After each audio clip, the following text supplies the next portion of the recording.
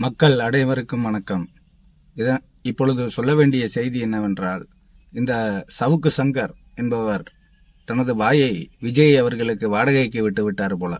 கடந்த 5 ஆண்டுகளில் ஆளும் திமுகவினால் அவர் பட்ட துன்பங்களுக்காக சட்டசபை வரையில் சட்டமன்றத்தில் குரல் எழுப்பிய முதல் தலைவர் அண்ணன் எடப்பாடியார் அவர்கள்தான். அவரை மறந்து, அவர் செய்த செயலை மறந்து, தற்பொழுது அவருக்கே எதிராக விமர்சனங்களை அள்ளி தெளித்துக் கொண்டிருக்கிறார்.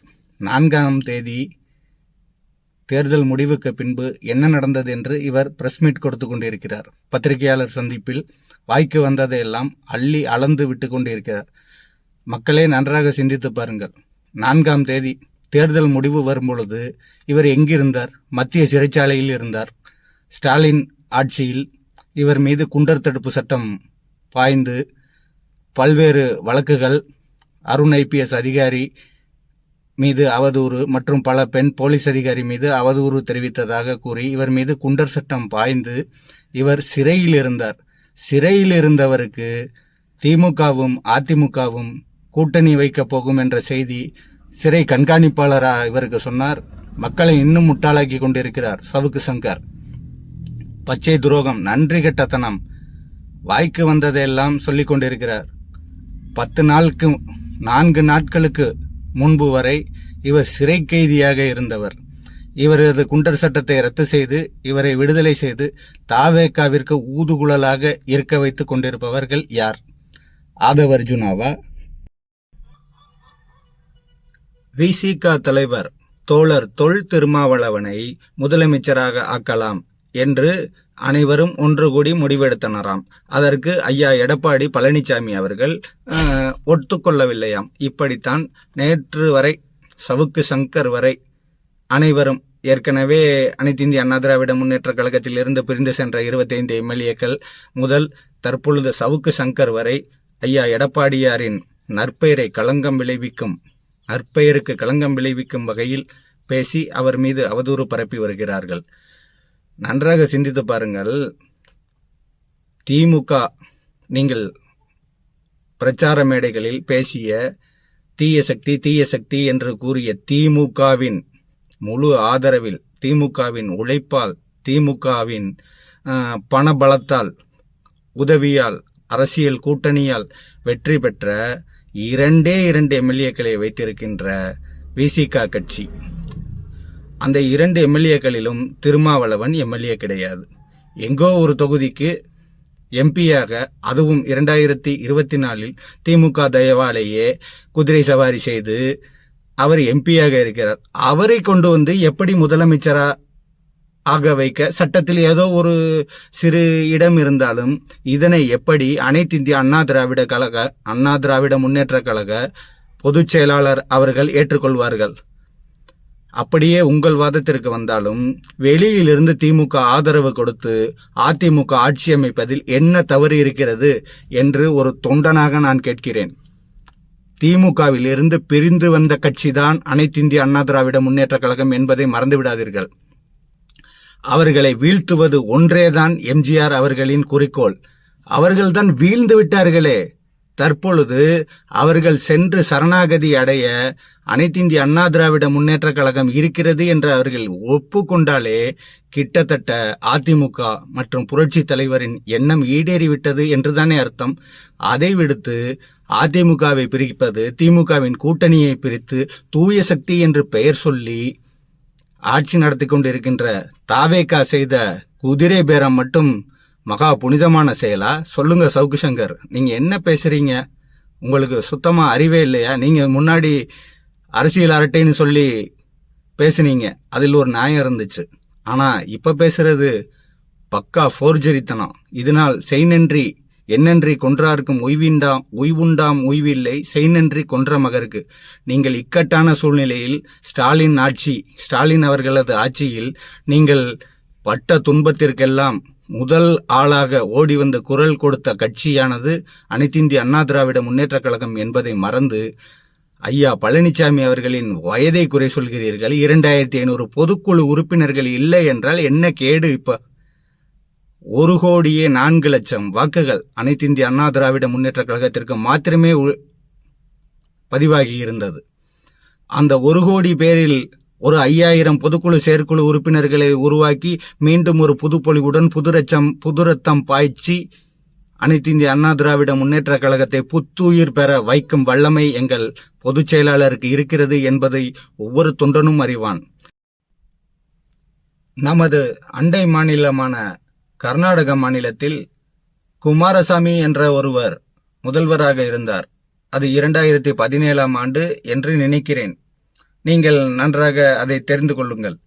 அந்த 2017ஆம் ஆண்டு குமாரசாமி அவர்களது ஆட்சியானது கர்நாடகாவில் எப்படி அவர் ஆட்சி நடத்தினார் 5 ஆண்டுகள்?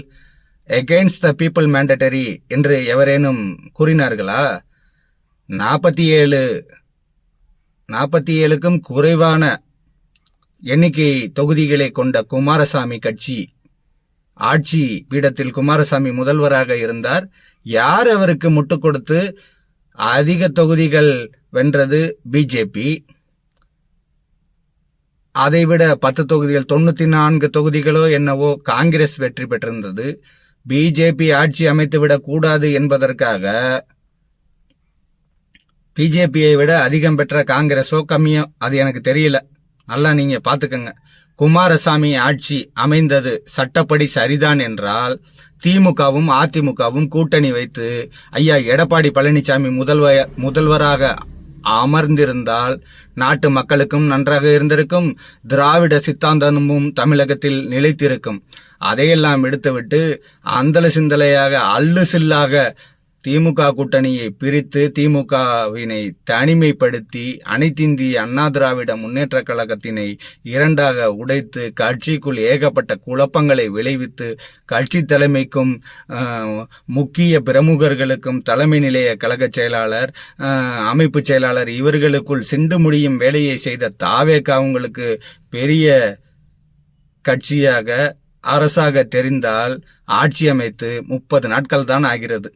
இன்னும் ஒரு 3 மாதம் பாருங்கள், மக்கள் வீதியில் இறங்கி போராடுவார்கள். இதனை மனதில் வைத்துத்தான், இதனை கணித்துத்தான் எங்கள் பொதுச் செயலாளர் ஐயா எடப்பாடி பழனிசாமி அவர்கள் 3 மாதத்திற்குள் இந்த ஆட்சி கவிழ்ந்துவிடும் என்று கூறுகிறார். இதனை நீங்கள் மறுப்பதற்கு என்ன இதில் இருக்கிறது? சவுக்கு சங்கரே, நீங்களே ஜெயிலிருந்து வந்தீங்க. கொலை மிரட்டல், உங்களுக்கு ஒரு ஐபிஎஸ் அதிகாரியால் கொலை மிரட்டல் வருது என்கிறீர்கள். நீங்கள் அனைத்து இந்திய அண்ணா திராவிட முன்னேற்ற கழகத்தின் பொதுச் செயலாளரின் வயது மற்றும் அவரது அனுபவம், அவரது திறமை குறித்து விமர்சிக்கிறீர்களே, உங்களுக்கு வெட்கமாக இல்லையா சவுக்கு சங்கர் அவர்களே? ஆளும் தமிழக வெற்றிக் கழக அரசின் அமைச்சர்கள் முதல் தலைவர் வரை மற்றும் அனைத்து இந்திய அண்ணா திராவிட முன்னேற்ற கழகத்தில் இருந்து பிரிந்து சென்ற புல்லுருவிகள் வரை, சவுக்கு சங்கர் முதல் மேலும் பல யூடியூபர்கள், பத்திரிகையாளர்கள், நன்றி கெட்ட துரோகிகள் அனைத்து இந்திய அண்ணா திராவிட முன்னேற்ற கழகத்தினால் பல சுகங்களை அனுபவித்து வாழ்க்கை எனும் வண்டி சக்கரத்தை சுழற்றிய அனைவரும் இன்று அச்சாணியை முறிப்பது போல் எங்கள் ஐயா எடப்பாடி பழனிசாமி அவர்கள் மீது வன்மத்தை கக்கி வருகின்றனர். அவதூறு மற்றும் களங்கத்தை ஏற்படுத்தும் விதமாக பல வகையில் பேசி வருகின்றனர். அவர்கள் அனைவருக்கும் அனைத்து இந்திய அண்ணா திராவிட முன்னேற்ற கழக தொண்டனாக என்னை போன்ற லட்சக்கணக்கான தொண்டர்களின் சார்பில் கடுமையான கண்டனத்தை பதிவு செய்து கொள்கிறேன். இதேபோல் சென்று கொண்டிருந்தால் அனைத்து இந்திய அண்ணா திராவிட முன்னேற்ற கழகத்தின் தொண்டர்கள் பொறுமை காக்க மாட்டார்கள் என்பதை இந்த காணொளி மூலம் மக்களுக்கு தெரிவித்துக் கொள்கிறேன். என்னை போன்ற பல தொண்டர்களை இளம் வயதில் உருவாக்கிய மாபெரும் பேரியக்கம் புரட்சி தலைவி அம்மா அவர்களால் வழிநடத்தப்பட்ட இயக்கம். அதற்கு முன்பு சென்றோம் என்றால் புரட்சி தலைவர் காலம், ஐயோ அதையெல்லாம் சொல்லி மாளாது. அன்றைய காலகட்டத்திலும் எங்களுக்கு முந்தைய தலைமுறை எங்களுக்கு சொல்லியும் புரட்சி தலைவி அவர்களின் ஆட்சியை கண்டு வியந்து மெச்சி இன்றும் எந்த எதிர்ப்பு வந்தாலும் அனைத்து இந்திய அண்ணா திராவிட முன்னேற்ற கழகத்தை விட்டு நீங்காமல் இருக்கும் என்னை போன்ற தொண்டர்கள் ஒன்னே ஒன்று பாடலாகவே பாடி வருகிறேன். அந்த பாடலின் வாயிலாகவே உங்களுக்கு பதில் அளிக்கிறேன். புரட்சி தலைவரின் அம்மாவைப் போலவே கழகத்தை இவர் தாங்குவார், தொண்டர்களின் கவலையை இவர் போக்குவார், ஏழை எளியோரின் எதிர்கால வாழ்க்கைக்கு இபிஎஸ் வழிகாட்டுவார், மக்களுக்கு என்றென்றும் தொண்டாற்றுவார். நாம் ஒன்றாகச் சேர்ந்து கழகத்தின் செல்வாக்கை உயர்த்திட தினம் உழைப்போம். உற்சாகத்தோடு ஓய்வின்றி உழைத்தே வெற்றி கனியை பறிப்போம். இடைத்தேர்தல்களில் வெற்றி கனியை பறிப்போம். அடுத்த முதலமைச்சர் அண்ணன் இபிஎஸ் ஆற்றல் மிகு தலைவர் வருகவே. அடுத்த முதலமைச்சர் என்றால் 5 ஆண்டுகள் காத்திருக்க வேண்டிய அவசியமில்லை. அடல் பிகாரி வாஜ்பாய் அவர்களது ஆட்சி வெறும் 13 நாட்களில் கவிழ்ந்தது. அதை நினைத்துக் கொள்ளுங்கள். உற்சாகத்தோடு அனைத்திந்திய அண்ணா திராவிட முன்னேற்றக் கழக தொண்டர்கள் மாநிலத்தின் வெவ்வேறு பகுதியில் இருந்தாவது நடைபெறும் இடைத்தேர்தல்களில் தங்களது வேலையினை விட்டு முதற்கொண்டு வந்து கழகத்திற்காக, கழக வேட்பாளர்களுக்காக முழு மூச்சுடன் போராடி இடைத்தேர்தல்களில் வெற்றி வாகை சூடி அனைத்திந்திய அண்ணா திராவிட முன்னேற்ற கழகத்தினை மக்கள் கைவிடவில்லை என்று நாம் நிரூபிப்போம். ஏனென்றால் அந்த தொகுதி மக்கள் அனைவரும் அனைத்திந்திய அண்ணா திராவிட முன்னேற்ற கழகமான இரட்டை இலை சின்னத்தில் வாக்களித்துதான் வேட்பாளர்களை வெற்றியடை செய்திருக்கிறார்கள் என்பதை மறந்துவிட வேண்டாம். இடைத்தேர்தல்களில் நாம் பெரும் வெற்றியானது மக்கள் மத்தியில் சிந்திக்கும் திறனை அதிகப்படுத்தி ஆளும் தாவேக ஆட்சி கவிழ்வது உறுதி என்று கூறி அனைத்திந்திய அண்ணா திராவிட முன்னேற்ற கழக தொண்டனாகிய நான் பணிவுடன் வணங்குகிறேன்.